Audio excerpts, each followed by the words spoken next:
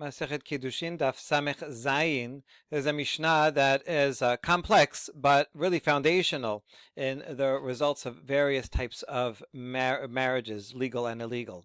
Kol makom sheyesh Kiddushin ve'en avera, havalad holech achar hazachar, ve'ezo zo kohenet leviya ve'Yisraelit shenis'u lekohen levi ve'Yisrael.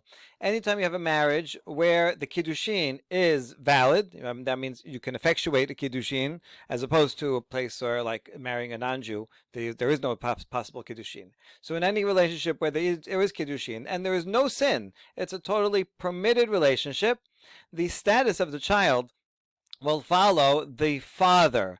Father, not in terms of being Jewish or not. We're talking about a valid marriage, so that means both parents are Jewish. So it's not for Jewishness, but rather the example. What is an example? If a Kohenet Leviyahu Yisraelit, a female, anyone who marries a Kohen Levi and Yisrael, and you want to know what's the status of this child, the father follows the father. If the father is a Kohen, the child is a Kohen, and so on.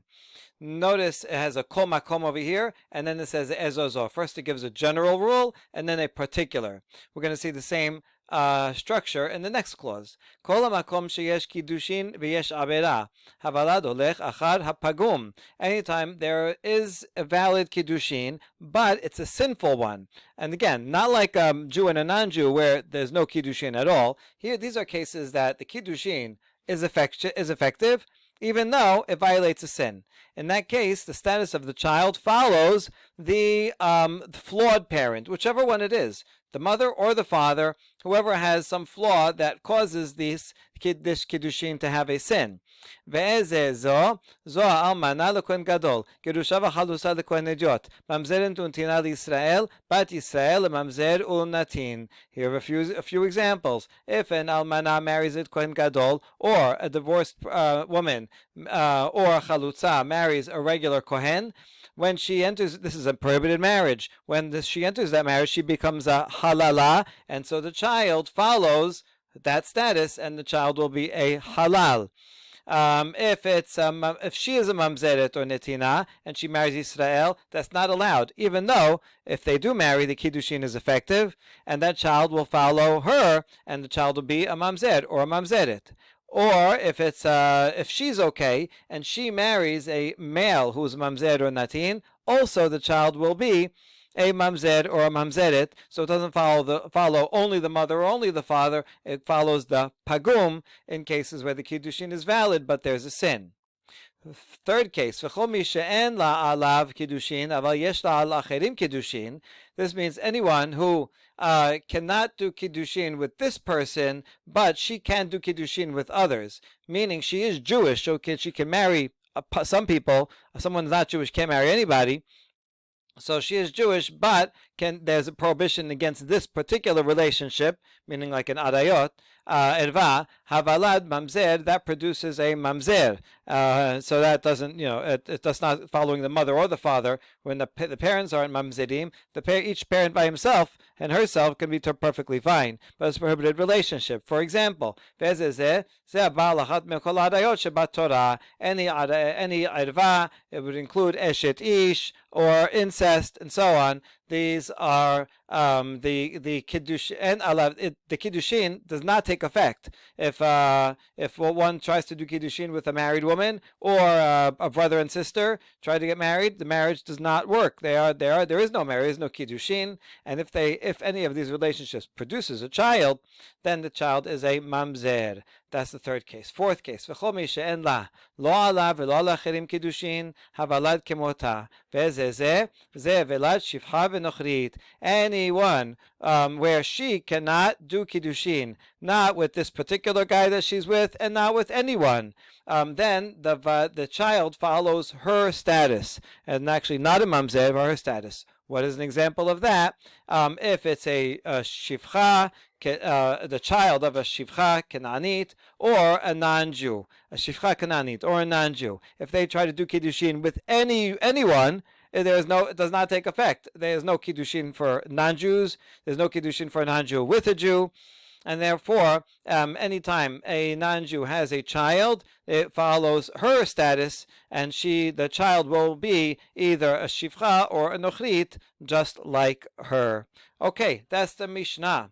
Now, notice, this is going to be important, that the first two clauses, the one where there is Kiddushin but no sin, or there is Kiddushin and there is sin, both have the same structure. They have a kol makom and then the ezozo. The kol makom we're going to see is an expansive, is inclusive, is going to include various cases. See, in both these cases, it gives a general rule and then just one case. A general rule, well, here it gives three cases. But still, the Gemara is going to discuss other cases that are mentioned here, and if it fits with the rule, it'll include it in the kol makom expansion. If it doesn't fit the rule, it'll say ve'ezozo. Oh, that's why the Mishnah mentioned only this example, but not other examples, because that it's limiting it to this example, even though there's another example that doesn't fit the rule.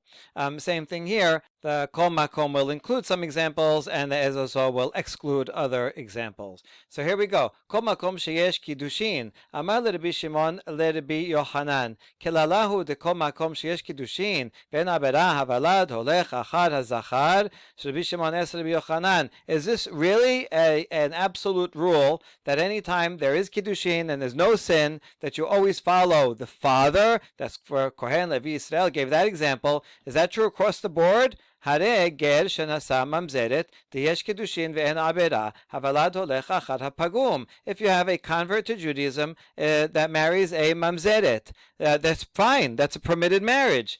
So there is kiddushin, and there's no avera, and yet we know that the child follows the pagum, the worst one, as we see the Tanya, ger shenasa mamzeret halvalad mamzer divrei Rabbi Yosef. In this case, according to Rabbi Yosef, the child is a mamzer, and that's even though the mother is a mamzer. This is a ger, a father, mamzeret mother, and you follow the pagum. That's the mamzeret mother, not the zachar. So you see that this Mishnah is the first rule of the Mishnah does not apply here. This seems to be an exception. אמר להם, מי סברת מתניתין רבי יוסי? מתניתין רבי יהודה היא דאמר גר לא יישא ממזרת ויש קידושין ויש עבירה והוולד אוכל אחר הפגום. And so Rabbi Yochanan answers, oh, do you think this Mishnah is the opinion of Rabbi Yosef? Not so. It's actually the opinion of Rabbi Yehuda, who disagrees on this very case. He thinks that a convert is not allowed to marry a mamzeret. If they do marry, the marriage is valid, but there is a sin. Since there is a sin, we follow the flawed one, and the flawed one in this case is the mother, is the mamzeret. Okay, good. So that now we have the rule, works just fine, and now we know the Mishnah is the opinion of Rabbi Yehuda. Now we ask, v'nitneyeh, so why not mention this as one of the examples? This would fit perfectly in the second category of items where the Kiddushin works, and yet there is a sin, and you only mention mamzer, mamzeret. Why not also include this case? And the answer is Tana, kol makom de sefa la'atuyeh. In fact, the kol makom, when it says sefa here, means the second group, that the kol makom, which is inclusive, comes to include this also. It's enough to mention every single example where this law applies, and so yes, it's included in that inclusive terminology. Well, that's all one way of answering the question. In fact, we could say that Mishnah follows the opinion of Rabbi Yosef. And when you have such a ger and a ger and a mamzeret, it's fine. The kiddushin is good, and there is no sin.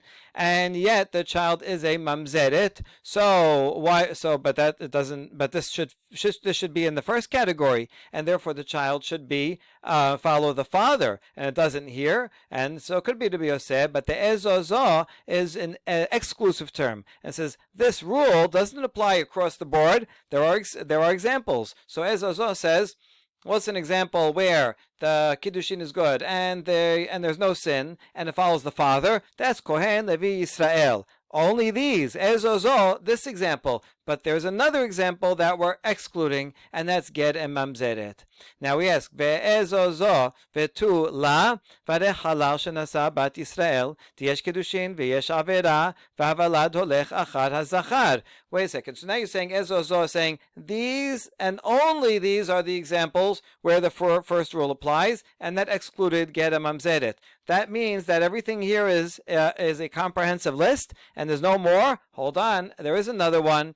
if you have a halal, an invalid kohen, who marries a bat Yisrael, which is totally fine, the Kiddushin is valid, and there is no sin, and yet the child is going to go after the father and be a halal or halala. And that works with the rule, because it says anytime, in all cases, that's good Kiddushin and no sin, that follows the father. So why didn't you include this in the case in the first example? And then the first example just said Kohen Levi Israel. Why not say this also? And the answer is halakashya kerebi dostai ben Rabbi Yehuda Sebir Aleh. Where this Mishnah is following the opinion of Rabbi Dostai. We saw him a few pages earlier where he said Mikvei Israel, the women of Israel are like a source of purity for halal. And according to him, when a halal marries a bat Israel, the children are totally fine. And so what totally fine means it's not following the father. It's actually they're just fine. It follows the kosher one of them. And so that's why it's not in that. So that's why it's not included in the ezozo, because this is actually the bidostai, in which case this would not be a good example of following the father. Wait,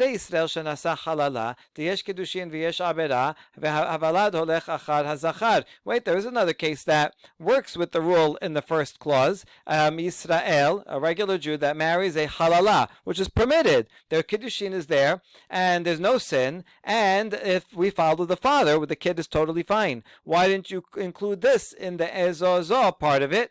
And the answer is Tana kol makom deresha la tuyeh. Oh, you're right. We could have, but we have the expansive clause. The ezozo doesn't include every example of it. The kol makom says there's many examples that work just like this that are not included in this category. What we're going to see is that actually there's going to be many examples, some that work with the rule, some don't, and anything that works with the rule will say, oh, kol makom is including it. Anything that doesn't work with the rule will say ezozo is excluding it. Okay, so now this also, why don't you say it explicitly?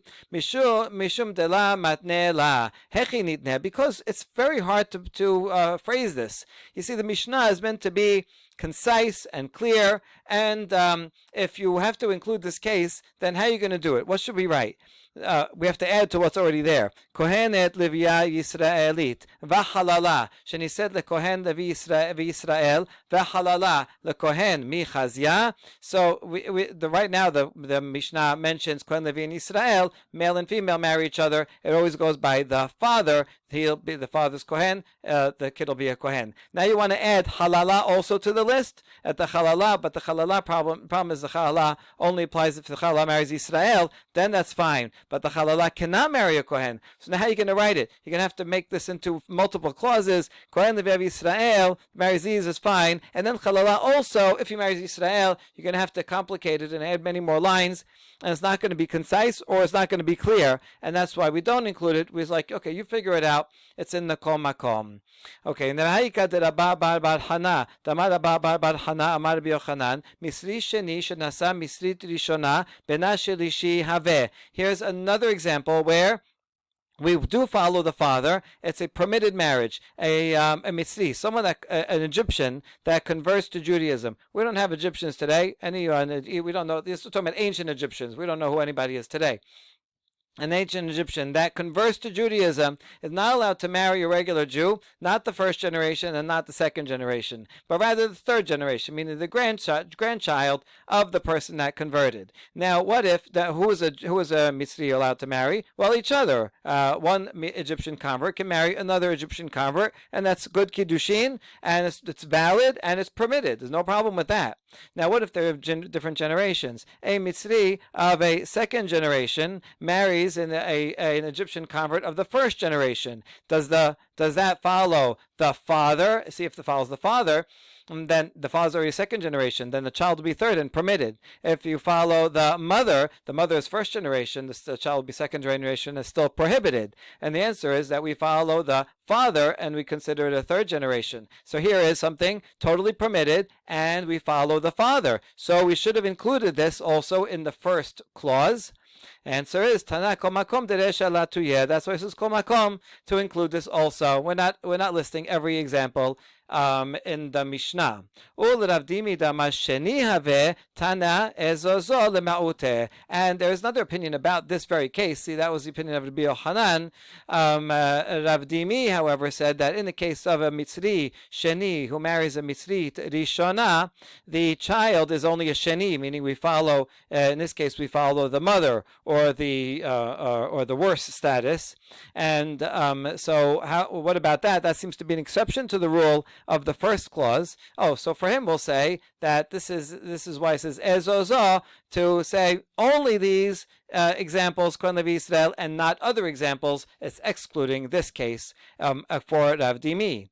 Vayika dechiyat Rabin amar Rabbi Yochanan. Wait, now we have another case when Rabin came. He said in the name of Rabbi Yochanan, Ba'umot halech achad hazachar. Whenever you have two people from who are not Jewish, and you want to know what their status is, like one is an Egyptian or an Ammoni, marries just a regular non-Jew. So what do you call that child? Right? Is the child going to have the status of an Egyptian that you wouldn't be allowed to marry, or an Ammoni? Also, you're not allowed to marry their males, or would it be like the regular Jew? So again, there's no marriage. We don't consider marriage of non-Jews has no halachic significance. But the point is if two non-Jews have a child, what is the status? We follow the male. Now those are permitted, right? There's no prohibition for two non-Jews to have a child, and yet it follows the zachar. Okay, that's part one of it. That's not really a problem because that's not actually Kiddushin. Rather, the question is from the second part. Nitka yeru halech achad pagum shebishnehem. If they both convert, so now you have two converts. So yeah, let's say one is an Egyptian convert, where there is prohibition for the next two generations, and the other one, the other partner is not an Egyptian. And they both converted to Judaism, and they have a child. Does the child follow the father or the mother? So according to Rabbi Yochanan, we follow the pagum, and so this is a problem because there is Kiddushin if they converted, and the Kiddushin is totally valid, and yet doesn't say you follow the father. If the father is Egyptian, then the kids and then the child will be prohibited. Well, it doesn't say follow the father. It says follow whoever is the pagum. If it's the mother that's Egyptian, then it will follow the mother. So how come you don't include this in the first clause of the Mishnah? And the answer is Tana ezozo lema'otev. This is what the ezozo is excluding this case. It's saying only Kohen Levi Israel, and not all cases fit the first rule. Here's a case where it's a permitted marriage, and yet you don't follow the father, you follow the pagum. Hai mai. Now we're going to follow up with what we started with. We saw in the beginning two opinions, whether this Mishnah follows Rabbi Yosef or Rabbi Yehuda. Now that we have the data so far that we collected, we ask a question. If we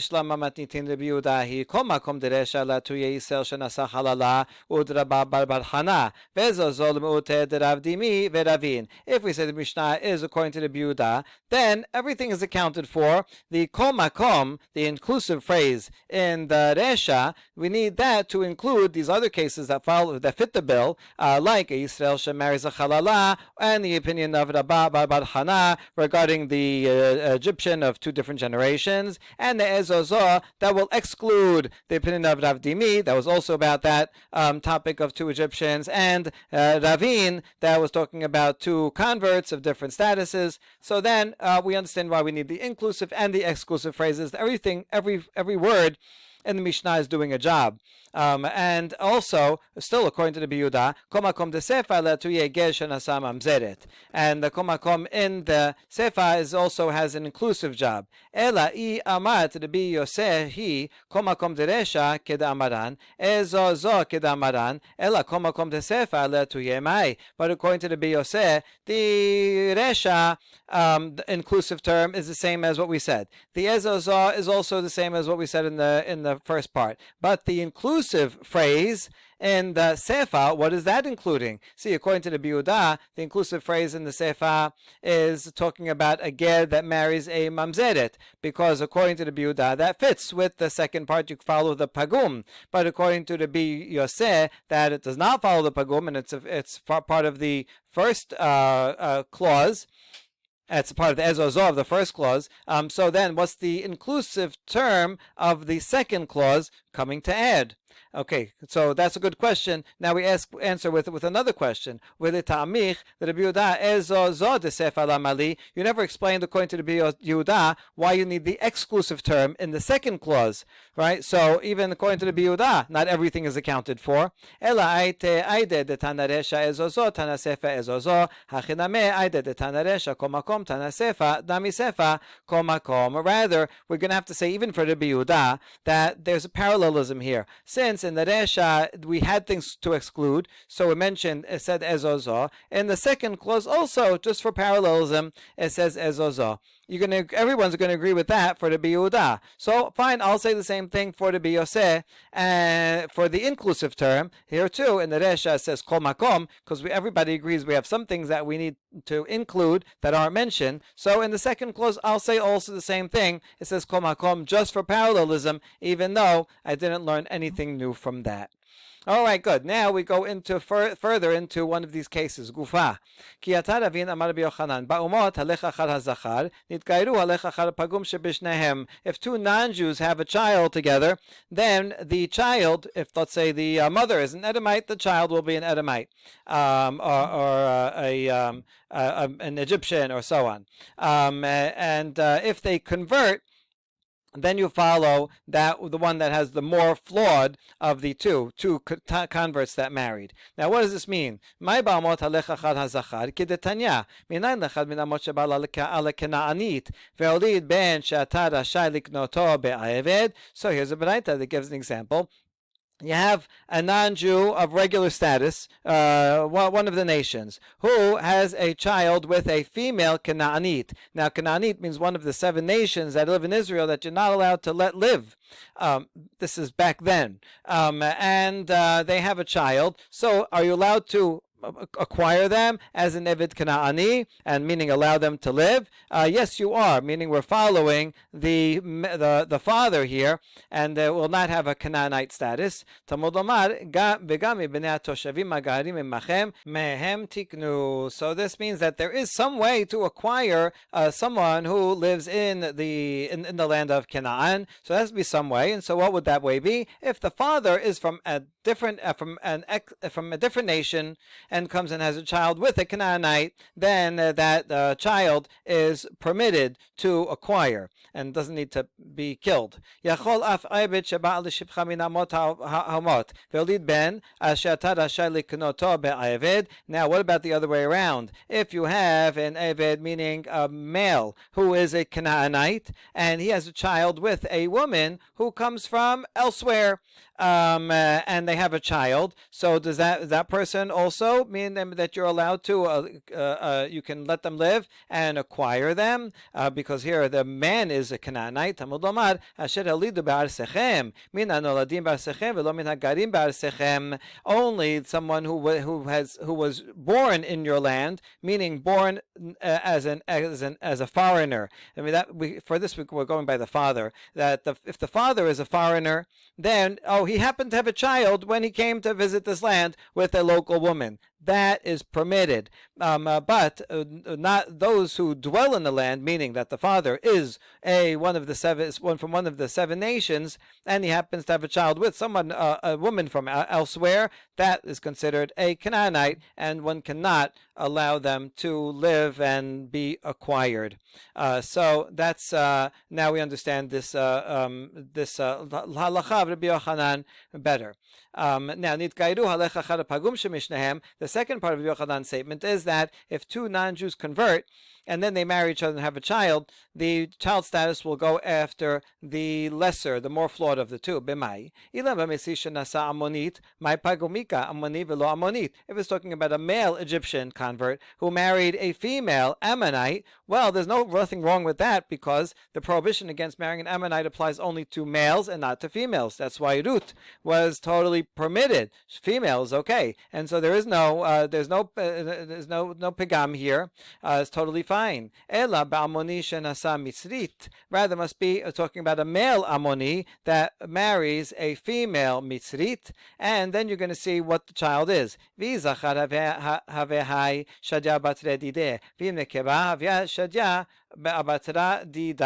If they have a male child, then you should follow him, because the Ammoni for a male is a stricter, is a bigger problem. Ammoni, one's not allowed to marry forever, many generations, and so if the boy will be an Ammonite boy that has a bigger prohibition. If it's a girl, well, then there is no prohibition as an Ammonite girl. So then, for that case, we follow the mother and we make her a mitzrit. And well, then after 2 generations, then that'll be okay, but at least there's some prohibition. So it's a very interesting case where, when we say follow the more flawed of the two, it depends on if they have a boy or a girl, they'll have a different status. So you follow whichever, the mother or the father, whichever one will make the child, the boy or the girl, the more flawed of the two.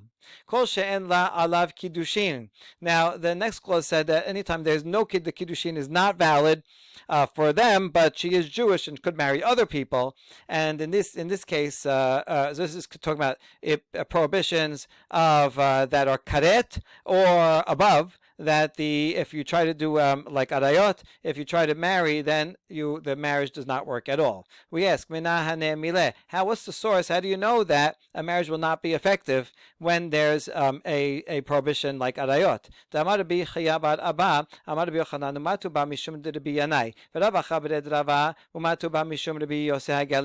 Okay, a few different possibilities for who said the statement.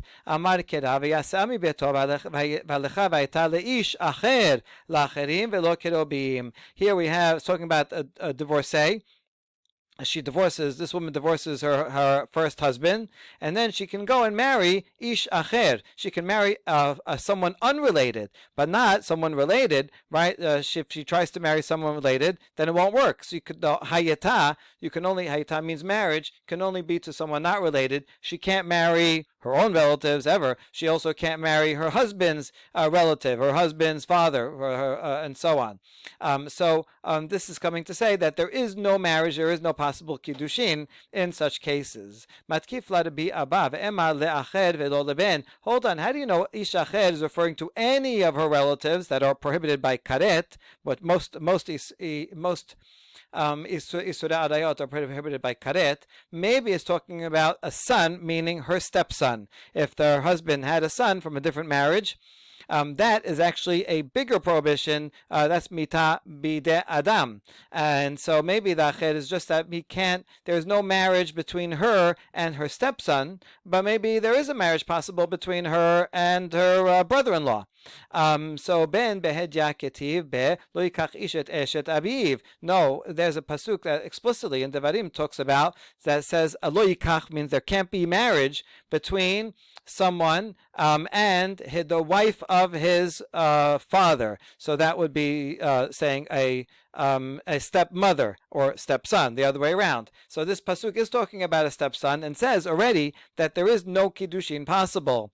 So that's how I already have a pasuk regarding that, and therefore this pasuk must be talking about all marriages. Now we ask, acher lamali shmamina laacherim velo lekirobim. Right. So this pasuk ish acher is coming to include everyone. So that's how I know. I have a pasuk already for a stepson, and so this pasuk in Devarim 24 about the divorcee is saying that there is no possibility of marriage with other relations of isure karet. Hold on.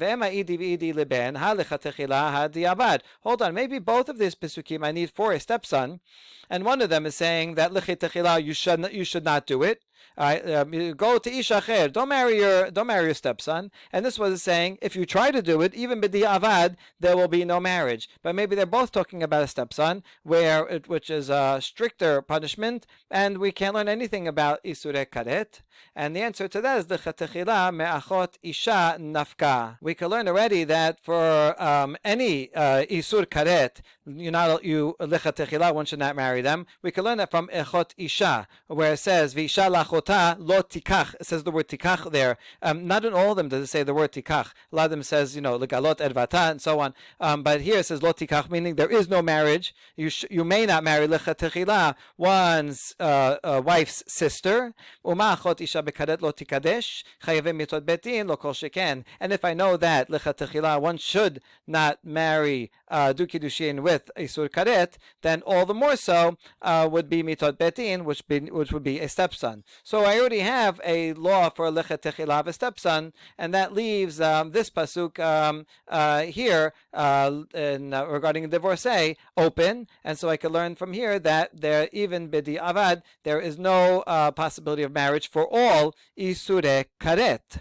Ve'ema idi v'idi ba'achot isha halechatechila hadi avad inachiname. But maybe I can use, or I need to use, both the pasuk regarding a wife and her sister. That's certainly about wife and sister, and maybe the one about divorcee is also about a wife and a sister. And one is saying lechatechila you shouldn't marry such a person, and the other one is that b'diavad, one that marriage does not take effect. But maybe it's really talking about isha, achot isha, both of these pisukim, and so that it's not talking about other cases of isure karet. We say inachaneme, you're right. This is a possible reading, and you should read it that way. So then we say ashkechan achot isha. So now we know regarding a wife and her sister where the marriage will not be able to take effect. Shad arayot minalan yalfinan machot isha. Oh, the other ones we can learn from machot isha. We'll use this as a paradigm. Machot isha miyuchedet shi adva v'chayvin al zidona karet v'ashigata chatat v'la tafsir b'kiddushin af kol shi adva v'chayvin al zidona karet v'ashigata chatat la tafsir b'kiddushin. Just like a woman and a sister are special in that it's an isur adva, and if you do it on purpose, you're chayav karet. If you do it by mistake, you're going to bring a korban chatat. And if you try to if a man tries to marry his wife's sister, the kiddushin will not work. So to all other cases of isur karet, that adva, that's isur karet or chatat, the kiddushin will not work. Bishlama kulehu atyan ela eshet ish veshet ach ika lemifrach. Okay, fine. That works for most of the items on the list, different various isure adayot. However, what about eshet ish and eshet ach? Where eshet ish, this is if I try to marry some a woman who's married to someone else, that's not an isur erva, or a brother's wife, where again that's not isur erva. There's no blood relation there. What about those? It's a isur karet, but how do you know in those cases the marriage wouldn't work? Malachot isha sheken en la heter b'mkom misvah. Tomar beshet ach sheyesh la heter b'mkom misvah. So you can't learn it from the wife's sister, because in a wife's sister there is no possibility of permitting it in the case of a mitzvah. Whereas eshet ach, there is a way. This would be a case of yibum. If his wife dies without marriage, without children, then she is permitted to marry her husband's brother. And also eshet ish nami kal mifrach malhanach sheken en la heter b'chaye osran tomer beshet ish sheyesh la heter b'chaye osran. And also the case of regular marriage is different, because regarding the others, there's no way to permit them during the lifetime of the person that prohibits it. In other words, when you have two sisters, a guy could marry the other sister after the first one dies, but not while the first one's alive. But regarding eshet ish, if they get a divorce, then she can marry other people. So you see that you cannot learn these two cases from eshet, from a wife's sister. Ela amar Rabbi Yonah. Rather, we're going to have to find a different derivation from Rabbi Yonah, and we'll pick up with this derivation tomorrow. Baruch Adonai Leolam. Amen ve'amen.